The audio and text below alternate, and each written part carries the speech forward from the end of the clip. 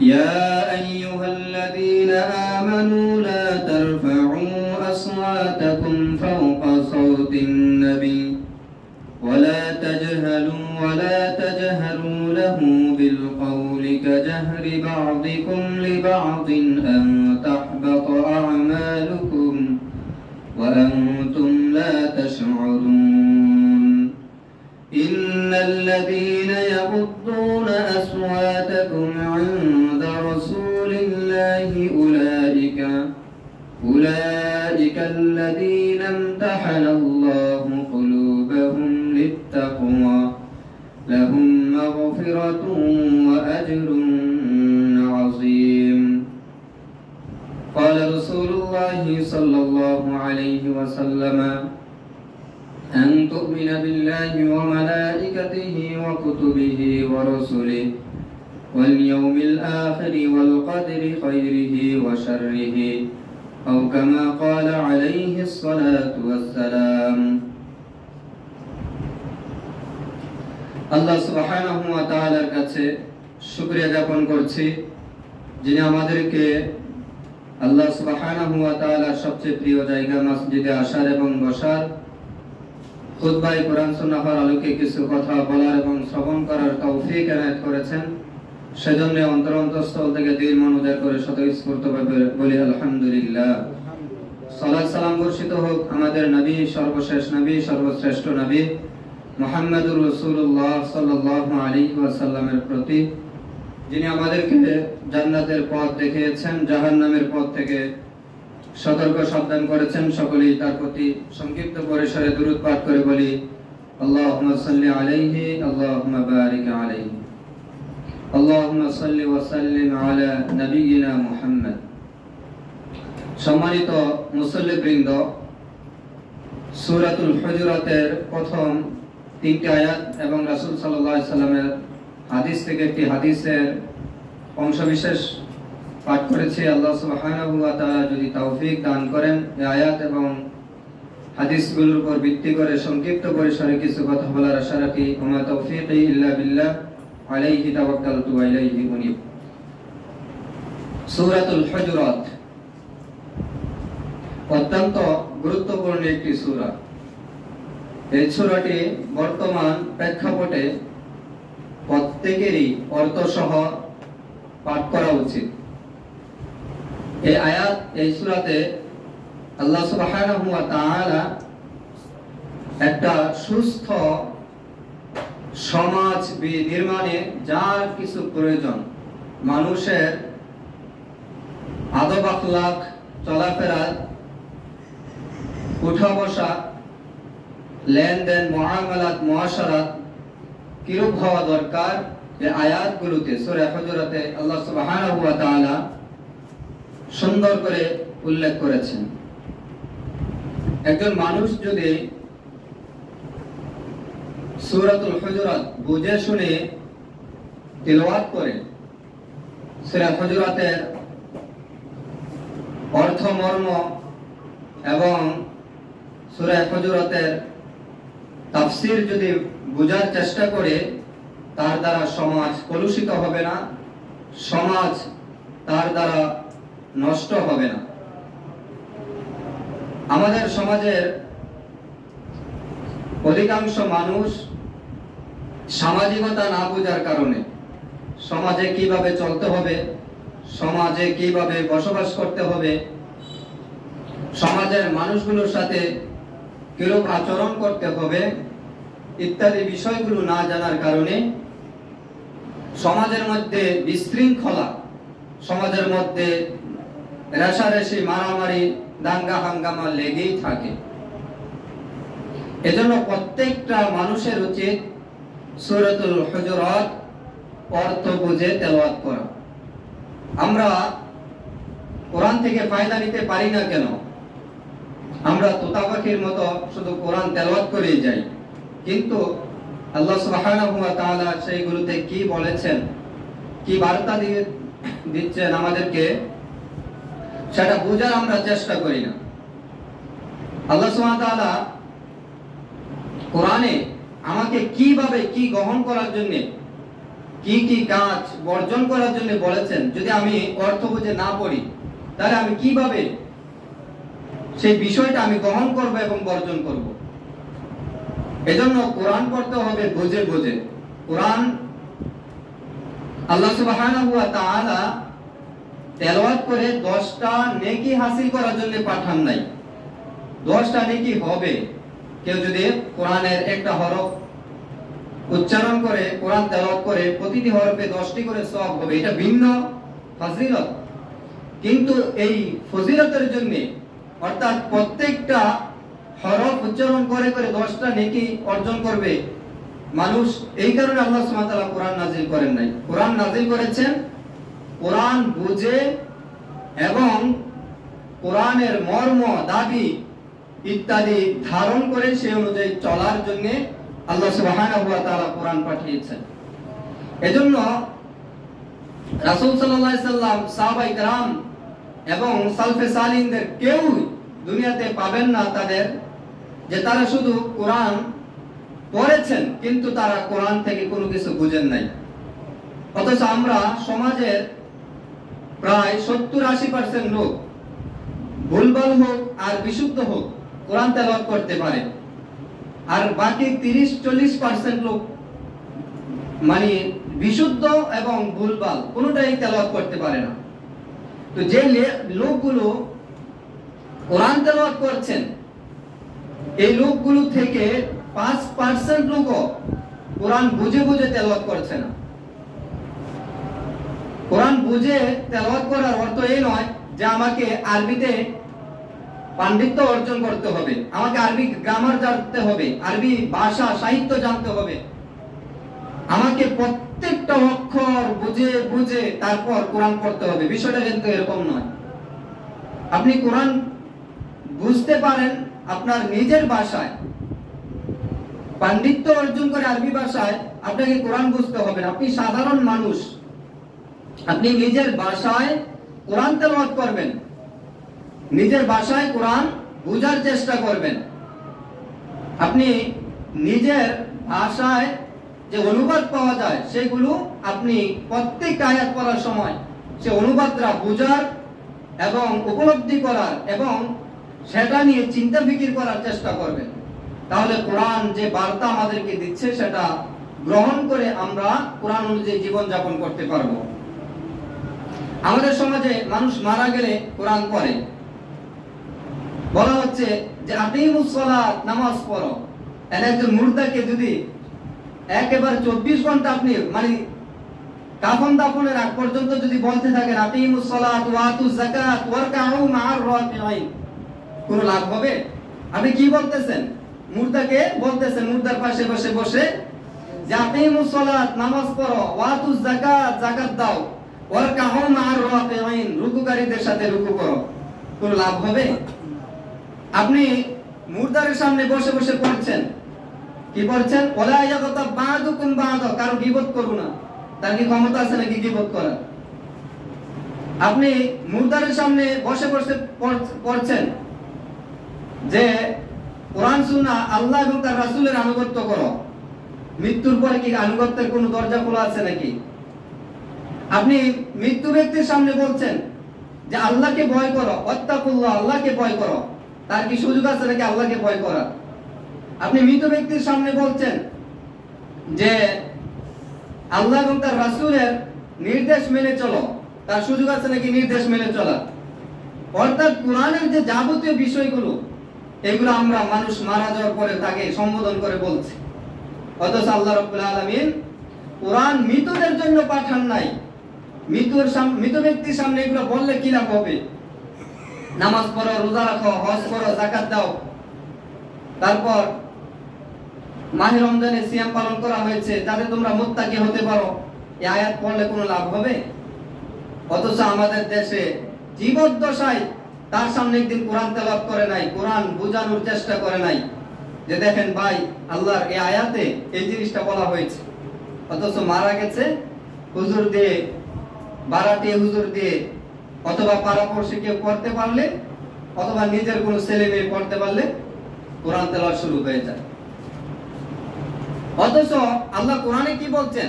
সূরা ইয়াসিনের মধ্যে আল্লাহ বলছেন যে এই কোরআন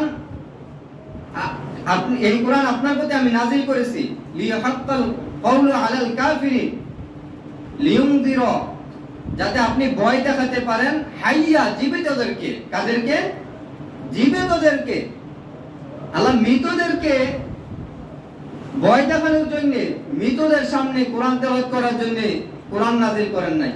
আল্লাহ কোরআনে বলছেন যে যাতে কোরআন দিয়ে তুমি জীবিতদেরকে সতর্ক করতে পারো, এবং এই কোরআন দিয়ে মক্কা এবং তার আশেপাশে বলে তুমগির উম্মুল কুরা ওয়া মান হাওলা, যা সূরা শুআরার মধ্যে আল্লাহ বলছেন যে এই কোরআন দিয়ে যাতে তুমি মক্কা এবং মক্কার আশেপাশে যারা আছে, তারপর আস্তে আস্তে যখন ইসলাম ছড়িয়ে পড়েছে পৃথিবীর যে কোনো প্রান্তে যে কোনো মুসলিম থাকবে তাদেরকে যাতে সতর্ক করা যায়, এই কারণে আল্লাহ রাব্বুল আলামিন কোরআন নাযিল করেছেন। আল্লাহ সূরা ইয়াসিনের মধ্যে কি বলছেন যে এই কোরআন দিয়ে যাতে তুমি জীবিতদেরকে সতর্ক করতে পারো, এই জন্য কোরআন কি করেছি? নাযিল করেছি।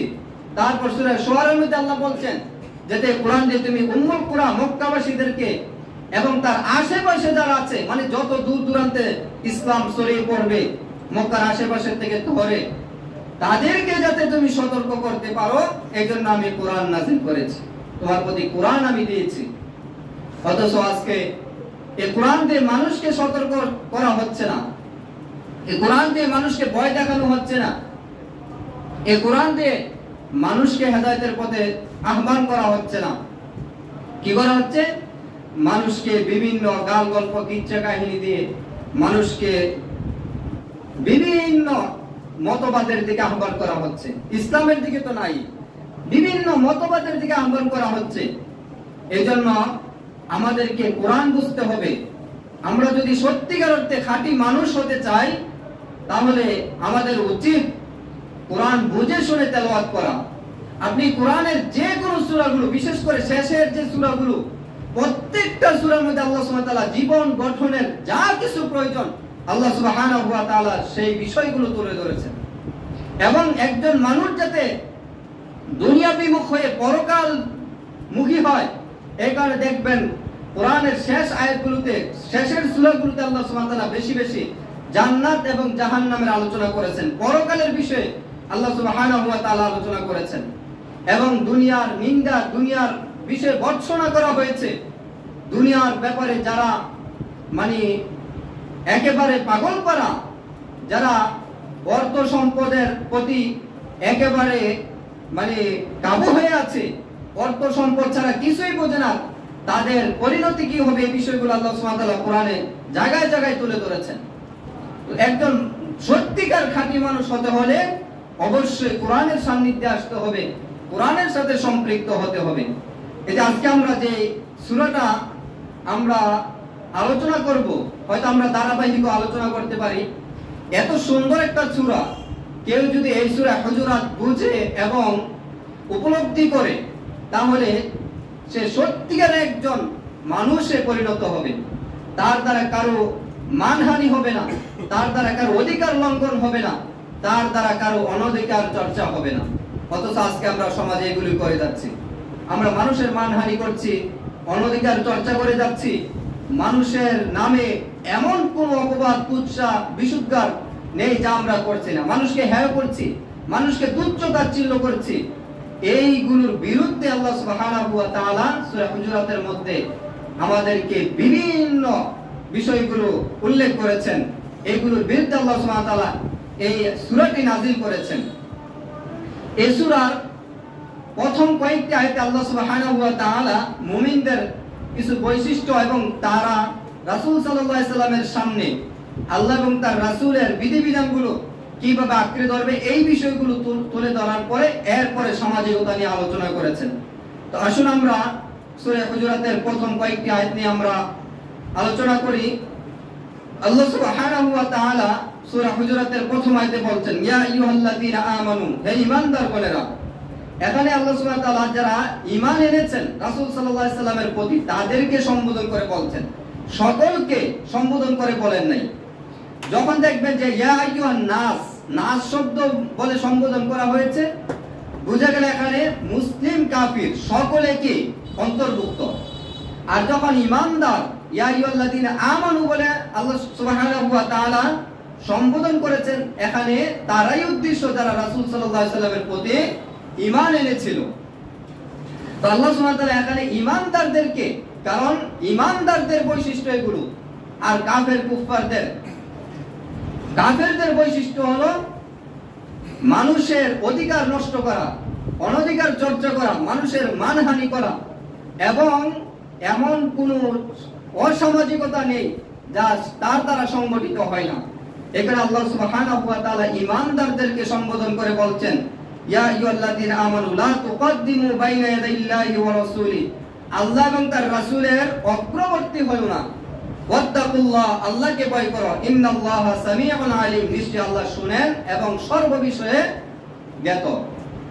এটা আল্লাহ কি বলছেন ঈমানদারকে সম্বোধন করে, যে লা তুকদ্দিমু বাইনা ইয়াদাইল্লাহি ওয়া রাসূলি, আল্লাহ এবং তার রাসূলের অগ্রবর্তী হয়ো না। আল্লাহ এবং তার রাসূলের চেয়ে কোন বিষয়ে নিজের বুঝ, নিজের মতবাদ, নিজের যে কোনো দর্শন কি করো না, অগ্রবর্তী করো না। অর্থাৎ আল্লাহ এবং তার রাসূল যেটা বলেছেন সেটাই তোমরা গ্রহণ করো। অ্যাডভান্স, অগ্রিম, অগ্রবর্তী হয়ে কোনো কিছু করো না এবং বলো না।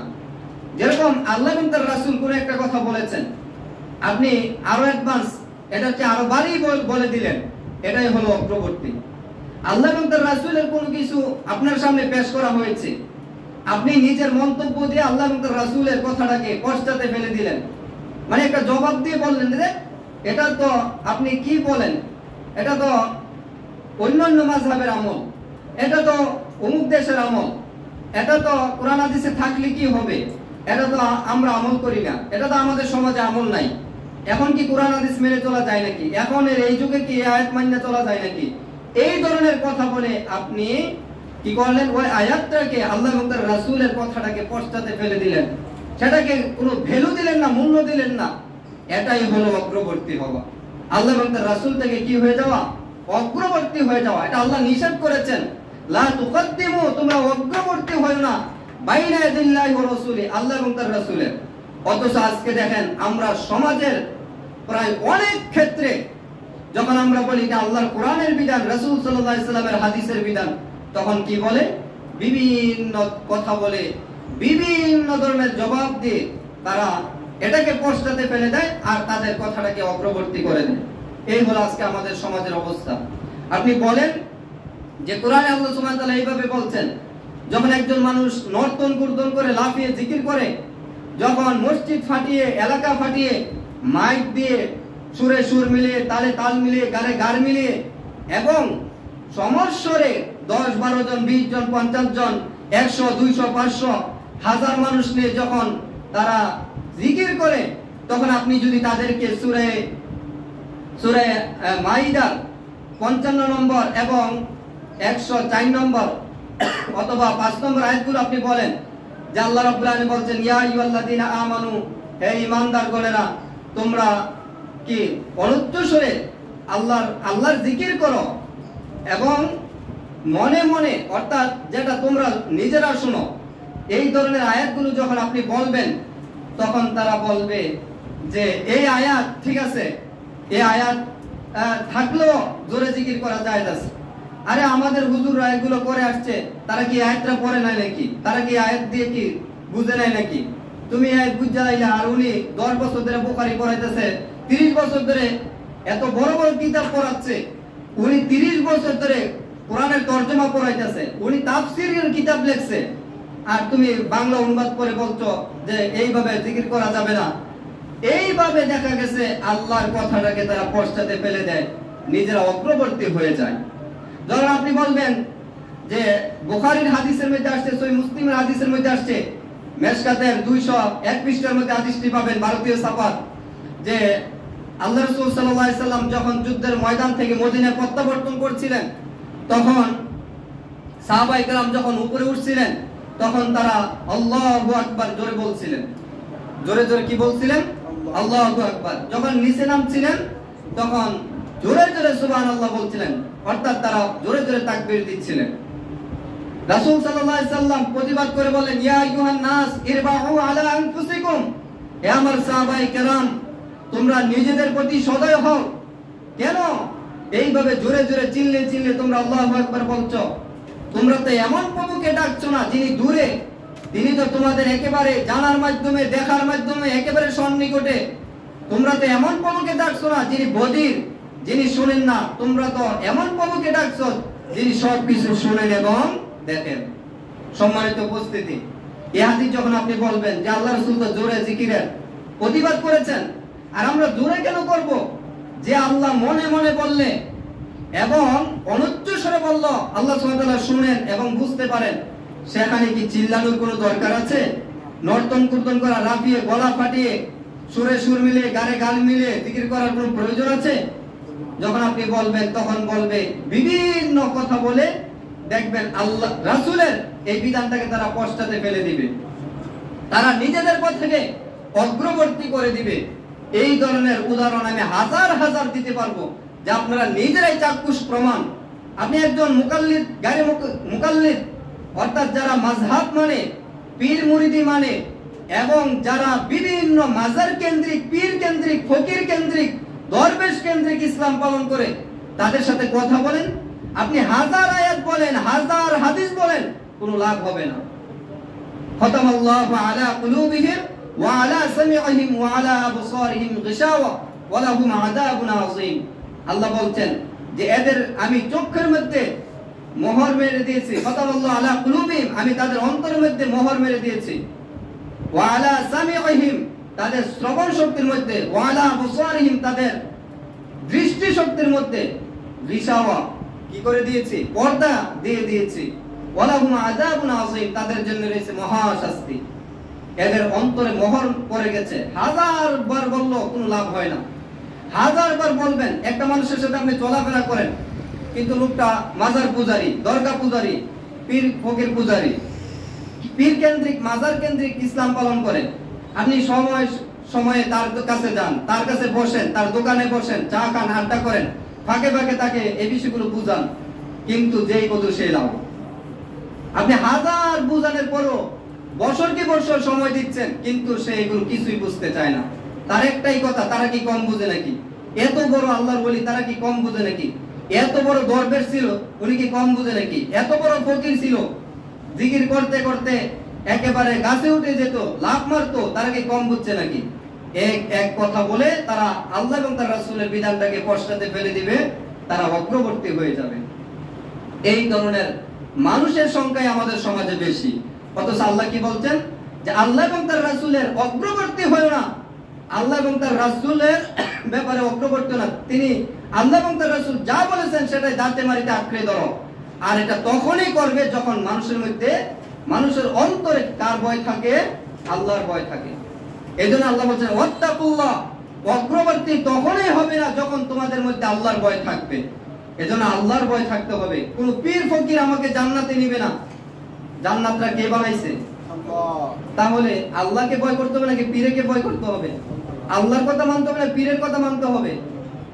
সুপারিশ কে করবে? পীর করবে না রাসূল করবেন? রাসূল। তাহলে কার কথা মানতে হবে? রাসূলের কথা। কিন্তু এরা মনে করছে যে আল্লাহর সাথে আমার পীরের কন্টাক্ট আছে, আমার পীর তারাই নিবে, তো আল্লাহটা বাদ দিলেও সমস্যা নাই, রাসূলের কথা বাদ দিলেও সমস্যা নাই।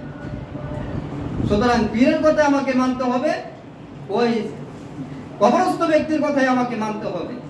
এই জন্য দেখা গেছে তারা আল্লাহ এবং তার রাসূলের কথাকে পশ্চাতে ফেলে দেয়, মানতে চায় না, বিভিন্ন জবাব দেয়।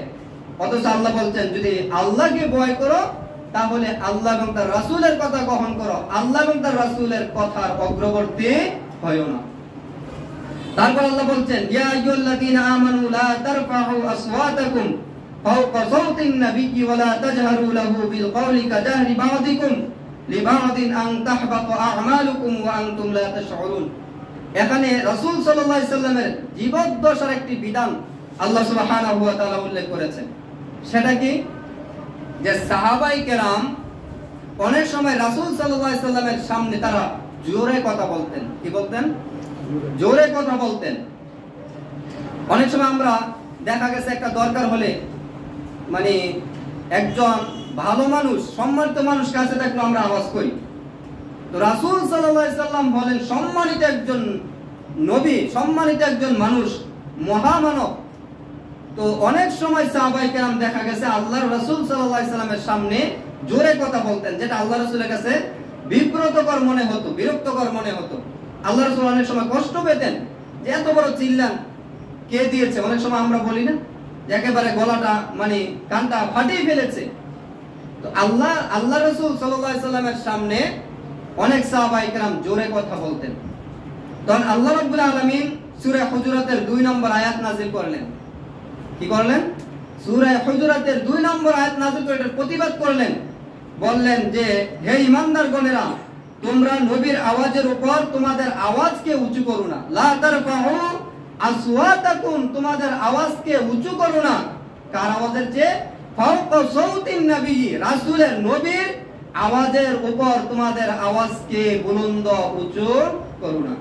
যদি রাসূলের আওয়াজের চেয়ে তোমাদের আওয়াজটা বড় হয়ে যায়, আল্লাহর রাসূলের আওয়াজের চেয়ে তোমার আওয়াজটা উঁচু হয়ে গেছে, তাহলে কি হবে?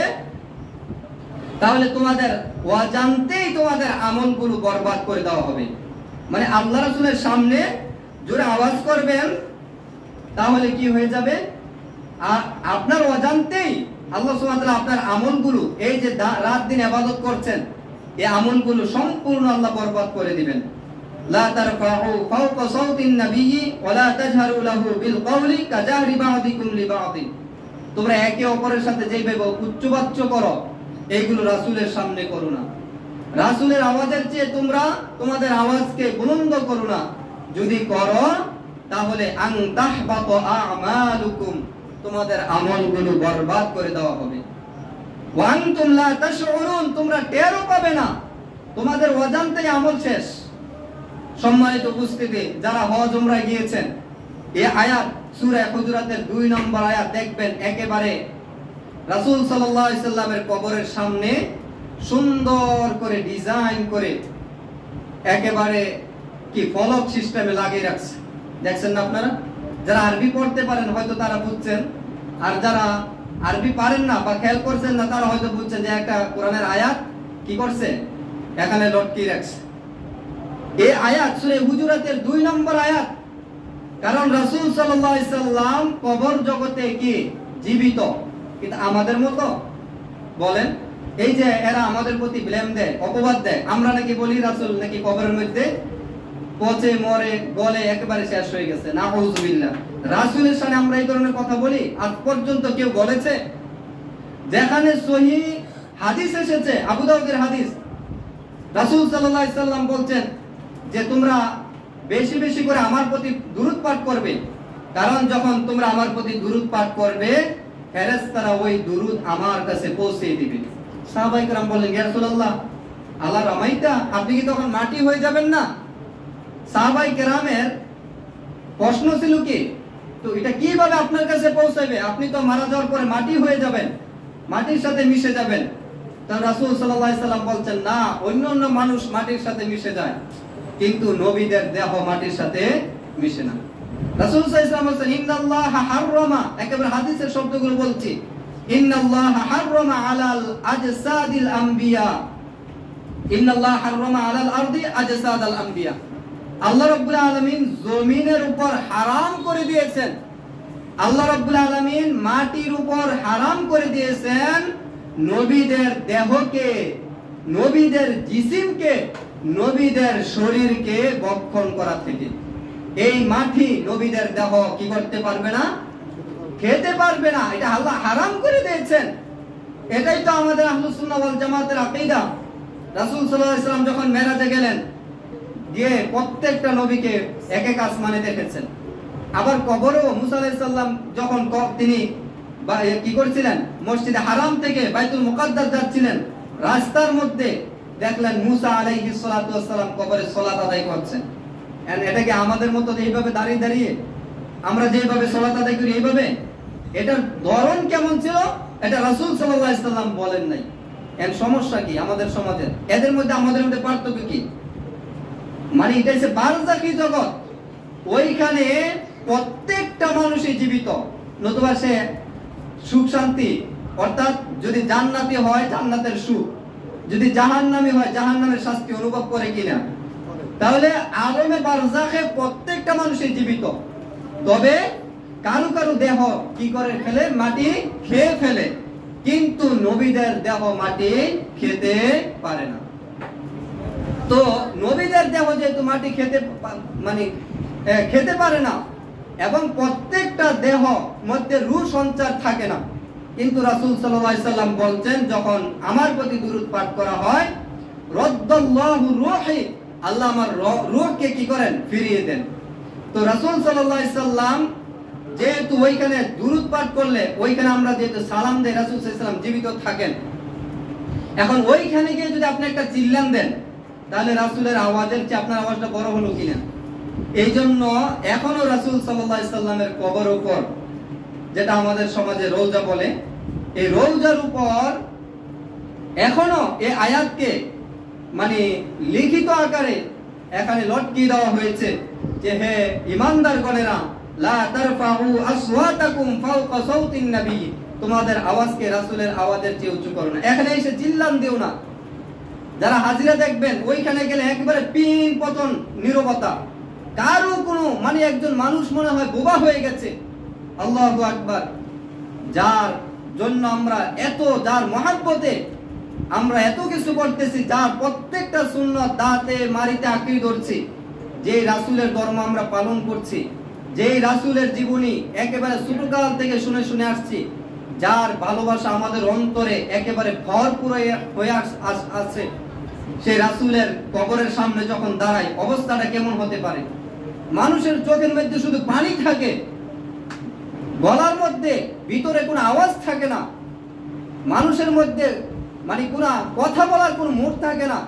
মনে হয় যে সেখানে যাওয়া মাত্র সে বোবা হয়ে গেছে, তার চোখ চলতে থাকে, তার অন্তরটা বোবা হয়ে যায়। এই ধরনের অবস্থা সেখানে বিরাজ করে। তো রাসূল সাল্লাল্লাহু আলাইহি সাল্লামের এই কবরের উপরে এখনো এই আয়াত লিখে দেওয়া হয়েছে যে রাসূলের আওয়াজের উপর যাতে তোমাদের আওয়াজ বুলন্দ না হয়, উঁচু না হয়, এবং তোমরা পরস্পরে যেভাবে আওয়াজ করে কথা বলো সেইভাবে যাতে রাসূলের সামনে কথা না বলো। যদি এরকম হয়, ওইখানে এখনো যদি কেউ চিল্লান দেয়, এখনো যদি ওইখানে গিয়ে কেউ আওয়াজ করে, তাহলে তার আমলও কি হয়ে যাবে, বরবাদ হয়ে যাবে। কারণ সেখানে রাসূল সাল্লাল্লাহু আলাইহি সাল্লাম জীবিত অবস্থায় আছেন। আল্লাহ রাব্বুল আলামিন এই আয়াত নাজিল করার পরে সাহাবায়ে কেরাম একেবারে কথা বলা বন্ধ করে দিয়েছেন। আল্লাহ রাসূলের কাছে এসে আর কথা বলেন না, সবাই শুধু যার যার মতো সালাত ইবাদত করে আবার চলে যায়। রাসূল সাল্লাল্লাহু আলাইহি সাল্লামের আওয়াজের চেয়ে তার আওয়াজটা বড় হয়ে যায়। এজন্য সাহাবায়ে কেরাম কথা বলা কি করলেন, বন্ধ করে দিলেন, একেবারে নিশ্চুপ হয়ে গেলেন। মনে হচ্ছে আপনার সাথে কেউ কথা বলে না, অথবা আমরা এখানে আছি 10-12 জন, কেউ কারোর সাথে কথা বলে না। তো ব্যাপারটা কেমন দেখায় না? এখন আল্লাহ রাব্বুল আলামিন জিবরাইল আলাইহিস সালামকে পাঠালেন। দেখেন সহিহ মুসলিমের হাদিস এবং মেশকাতের 2 নম্বর হাদিস, একবার মেশকাতের আপনি কিতাবুল ঈমানটা খুললেই পাবেন হাদিসে জিবরাইল যাকে বলে। তো হাদিসে জিবরাইল এটা কেন আসছে, যে এই আয়াত নাজিল হওয়ার পরে সাহাবায়ে কেরাম যখন কথা বলা বাদ দিলেন, তখন জিবরাইল সালাম কিভাবে রাসূলের কাছে কথা বলতে হবে এই পদ্ধতি শেখানোর জন্য জিবরাইল আলাইহিস সালামকে আল্লাহ সুবহানাহু ওয়া তাআলা পাঠালেন। এটা অনেক দীর্ঘ হাদিস। তো সেখানে জিবরাইল সাল্লাম এসে একেবারে রাসূল সাল্লাল্লাহু আলাইহি সাল্লামের কাছে এসে একেবারে সন্নিকটে বসে, যেভাবে নামাজের শুরুতে আমরা বসি ওইভাবে বসে জিবরাইল সাল্লামকে প্রশ্ন করলেন যে ইয়া রাসূলুল্লাহ, ইসলাম কাকে বলে, ঈমান কাকে বলে, ইহসান কাকে বলে, কিয়ামতের আলামত কি, এই বিষয়গুলো কি করলেন, প্রশ্ন করলেন। সাহাবায়ে কেরাম এবার বুঝতে পারলেন রাসূলের সামনে কথা বললে অথবা রাসূল সাল্লাল্লাহু আলাইহি সাল্লামকে কোনো কিছু প্রশ্ন করলে আমাদেরকে এইভাবে কি করতে হবে, প্রশ্ন করতে হবে, এইভাবে কথা বলতে হবে।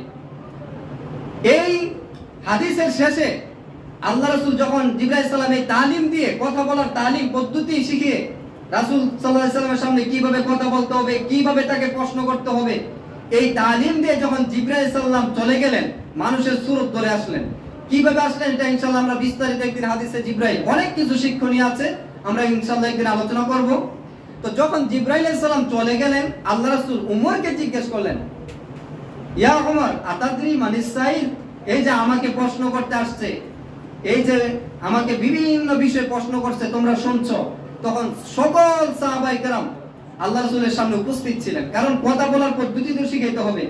এক দুইজন সাহাবী থাকলে তো আর হবে না। রাসূল সাল্লাল্লাহু আলাইহি ওয়াসাল্লামের কাছে যখন অনেক অধিকাংশ সাহাবী ছিলেন, তখন জিবরাইল সাল্লাল্লাহু এই সুযোগে আসলেন যে এখনই কি করা যাবে, সবার উদ্দেশ্যে আল্লাহ রাসূলের সামনে কেমনে কথা বলতে হবে, কতটুকু উঁচুতে কথা বলতে হবে, এইগুলো শেখানো যাবে। তো আসলেন মানব স্বরূপে, মানুষের বেশ ধরে। তো এখন সবাই মনে করছে একজন হয়তো দূর থেকে কোনো গ্রাম্য এলাকা থেকে কোনো ব্যক্তি আসছে। তো রাসূল সাল্লাল্লাহু আলাইহি সাল্লাম যখন ওই জিবরাইল সালাম চলে গেলেন, এখনো যারা দেখবেন, যারা মদিনায় গিয়েছেন উমরা বা হজে গিয়েছেন, উমরাতে গিয়েছেন অথবা মসজিদ নববীতে সালাতের জন্য গিয়েছেন, দেখবেন এখনো লেখা আছে বাবে জিবরাইল, আছে কিনা? আছে। বাবুল জিবরাইল মানে কি? জিবরাইল সালামের দরজা। বাব অর্থ কি?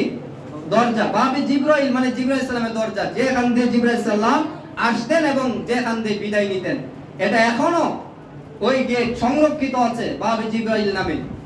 যখন জিবরাইল আলাইহিস সালাতু ওয়াস সালাম চলে গেলেন, আল্লাহ রাসূল ওমরকে জিজ্ঞেস করলেন, ইয়া ওমর মানিস সাইল, ওই প্রশ্নকারী কি চিনো? এই লোকটাকে চিনো? তখন তিনি বললেন, আল্লাহু ওয়া রাসূলু আলামু, আল্লাহ এবং তার রাসূলই ভালো জানে।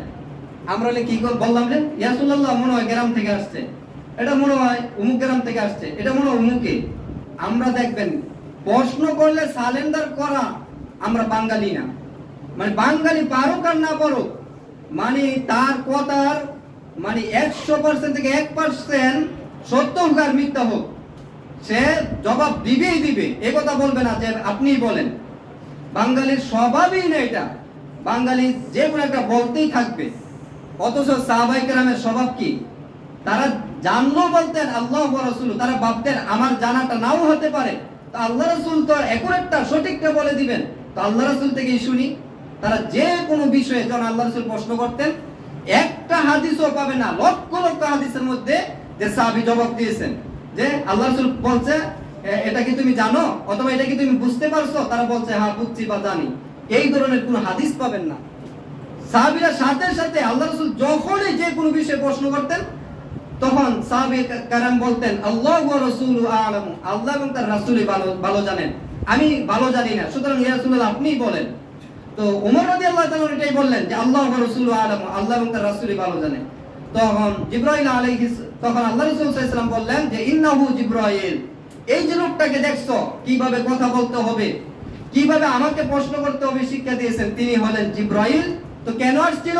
ওই যে তোমরা কথা বলা বাদ দিয়েছো আমার সামনে, আমাকে প্রশ্ন করা বাদ দিয়েছো, আতাকুম ইউআল্লিমুকুম দীনাকুম, তোমাদেরকে ধর্ম শিক্ষা দেওয়ার জন্য, দ্বীন শিক্ষা দেওয়ার জন্য, প্রশ্ন শিক্ষা দেওয়ার জন্য, আমার থেকে কিভাবে ধর্ম শিখতে হবে, আমার সামনে কিভাবে কথা বলতে হবে, আমাকে কিভাবে প্রশ্ন করতে হবে, এইগুলো শিক্ষা দেওয়ার জন্য এসেছিলেন। এটাকে বলা হাদিসে জিবরাইল। এখন বলেন, এই কথাটা আমি বলে শেষ করে দিচ্ছি।